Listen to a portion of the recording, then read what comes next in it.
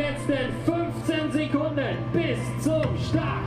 Where did I expect to be now as a running crew? I think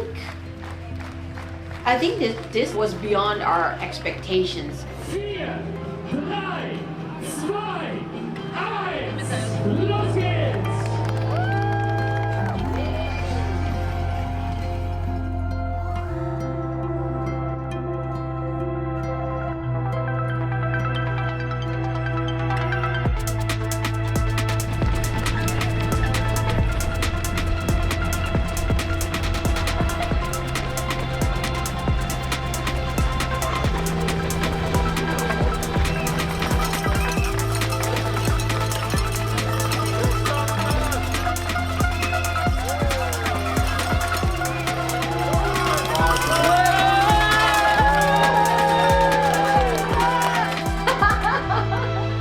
To be a running junkie, you need to be a runner.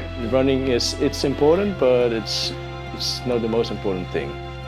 You need to be a little bit crazy. Crazy fun runner. I think created Running Junkies a little bit by accident. It was not that we had a really set a plan like we want to establish a running crew. Back in the days, you would just put on your running shoes and we'd go out. I did it with my cousins and we would run. And I thought like, yeah, come on. Why should you pay for something that used to be free?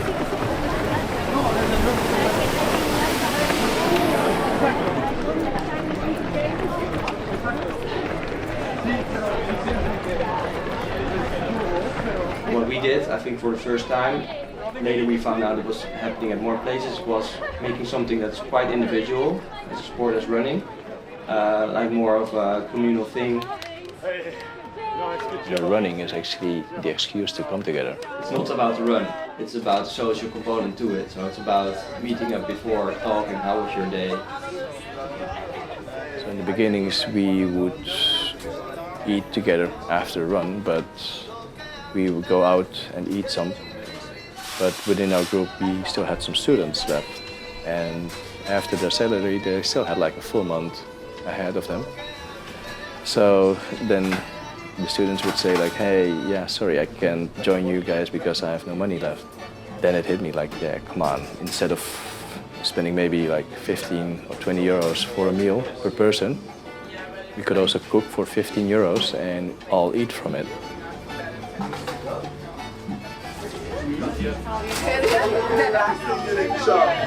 And here we need to shop some newborn babies. Initially, it started with hot chocolate. So after the run, we would come back. We would have like hot chocolate, and usually we would put rum in it. And so basically from there on, it became, yeah, almost a community.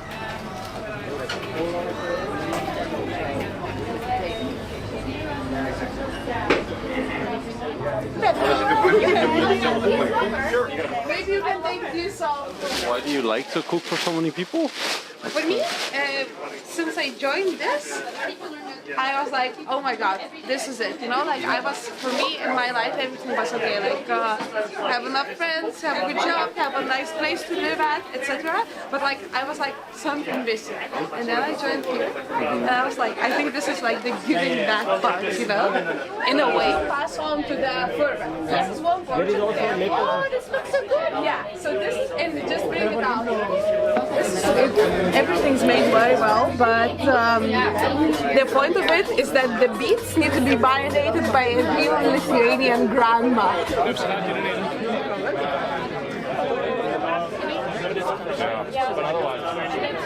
But we didn't have a name yet, or well, we didn't really call ourselves a crew. More people came, and then Ryan was like, maybe we should give it a name. Maybe we should, you know, like make it like a run crew. And I was just like, okay, well, up to you, it's fine. So I think there was never an intention to become as big as we are right now. Did Ryan say something else? No. All right. I don't think we didn't have a vision.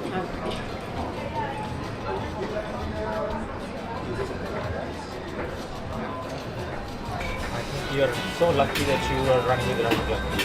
At least you keep some diversity in your That's true. That's the most diversity I have.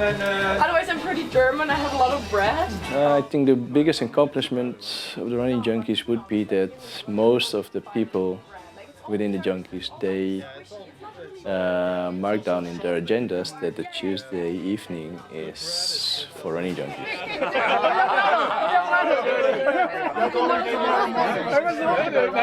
And we both actually signed up for the half marathon of Amsterdam. We didn't actually train out for it. And so we said like, hey, let's check out the race course already. So our first official run became the half marathon of Amsterdam, but in reverse because we didn't want to do the same route twice. I think one of the crazy ideas that Ryan came up was like do like a midnight run and to just do it.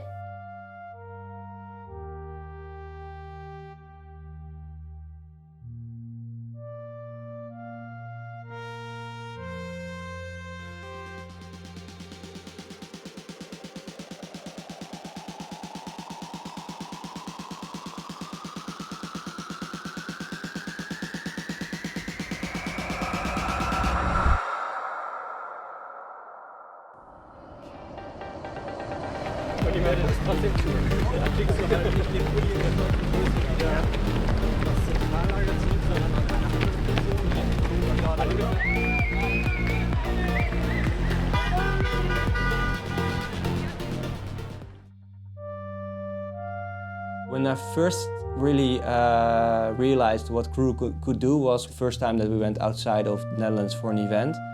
And then we went to Neurebro. It's an area in Copenhagen. There you have the Embro crew. They were part of like an organization that was like called Bridge the Gap.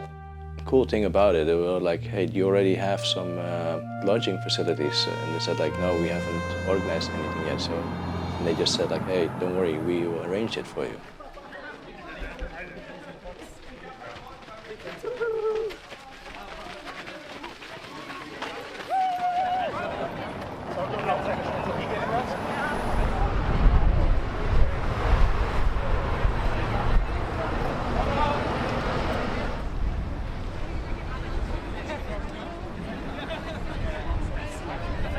The running crew over there would host you, so you would rock up at someone's place and you'd be like, hi, I'm Ellie from the Running Junkies. Hi, I'm this and that person from this other crew. And because you have that connection with running, it's an instant, okay, it's fine.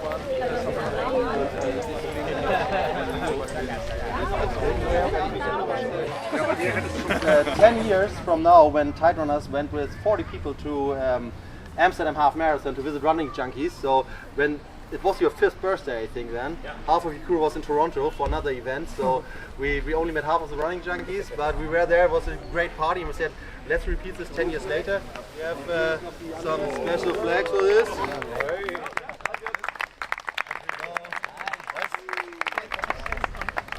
Okay, and now make some noise. Noise on the picture. Get on the photo. Ready? No, it's fine.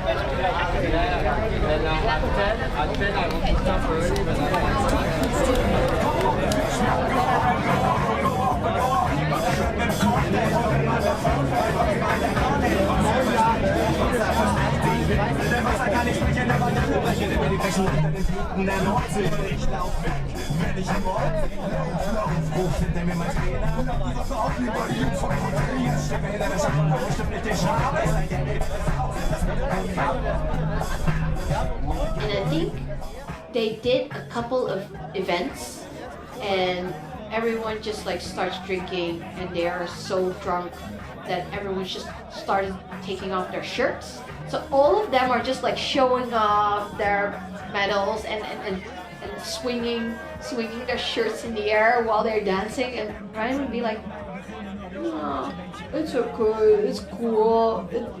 Why is everyone taking off their shirts?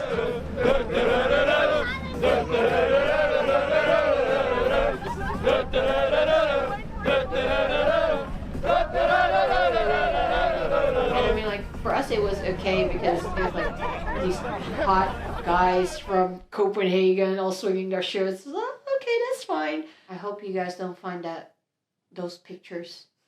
Because those pictures are pretty... I will find them. Yeah, next shot in the Good film will luck. be... Good luck.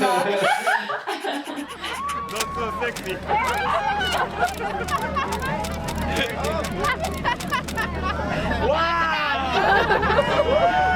There's no music!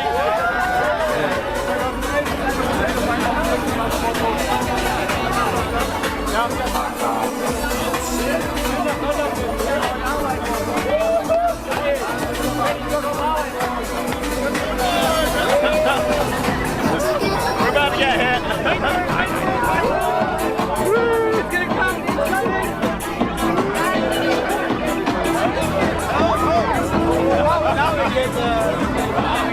We're surviving.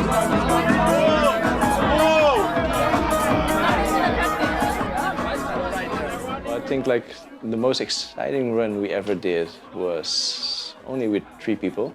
I think November evening, it was already dark. Next day would be a Saturday where they would open the new highway with a 5K run or something like that. Remember that you had to pay for it. That was, I think, the trigger. And then Ryan said, let's go there at night, and then we go to run it, and because we can. We just parked somewhere underneath the flyover, and then we walked our way up to the new highway. We painted the highway with all the cheer signs, and then of course we decided to take a run on the highway. And during the run there were some police cars patrolling as well, of course, so sometimes we had to hide behind the rails. If I look back on it, it's really silly, but for us we felt like pioneers at the time, so it was really a lot of fun. We can go a bit further.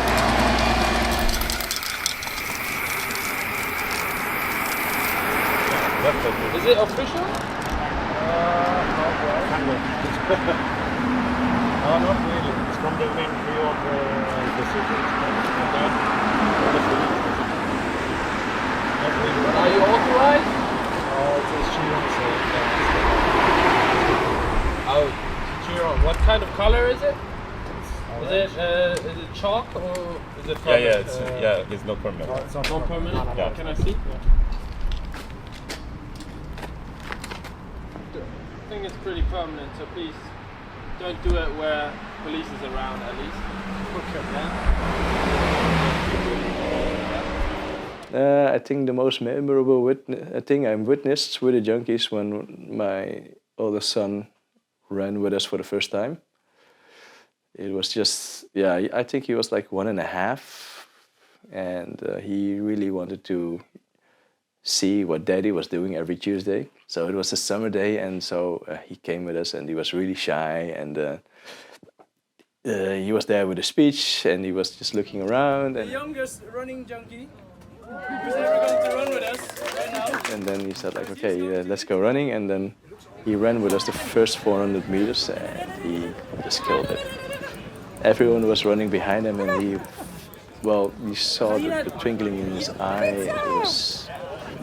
It was amazing to see.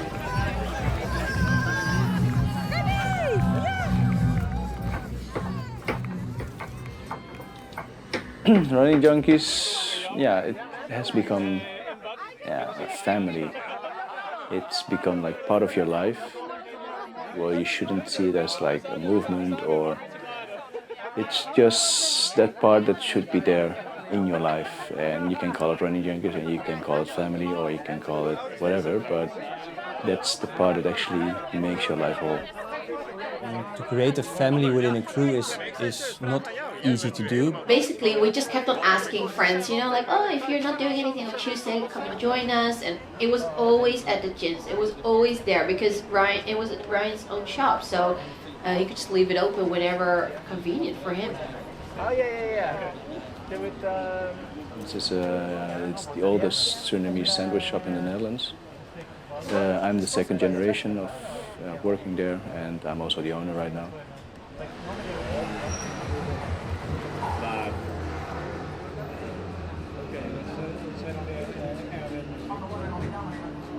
Before my father and my family moved to the Netherlands. They used to live in Suriname, and my grandmother, she had to raise all the children by herself because my grandfather already passed away. And she would sell sandwiches from her backyard to the school on the other side of the yard, and also for all the neighbors or people from the neighborhood. And here in the Netherlands, the customers also came from Suriname and said like, "Hey, where are your sandwiches?"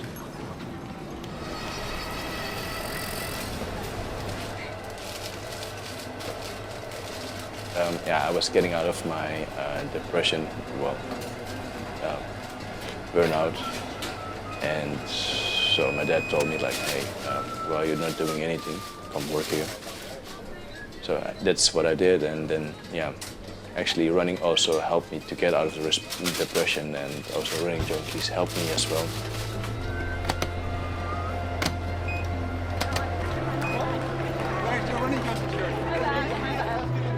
People don't realize, but Ryan does so much. He has been, like, for 15 years straight, he has sacrificed his shop for cooking, for people to drop their bags, and for people to go run. I wouldn't say he's a god, but I think for Running Junkies, he comes close to a god. Yeah.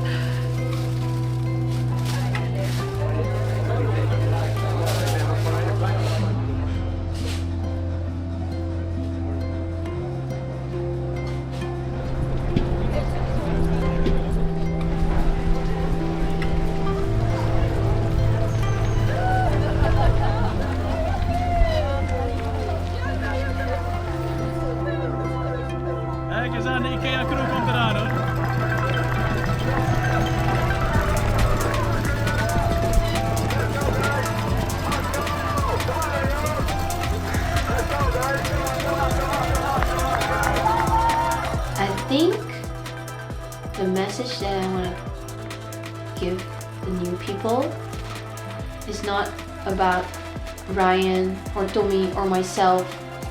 We might be the first people to actually set up the crew, but it's really the people that make the crew.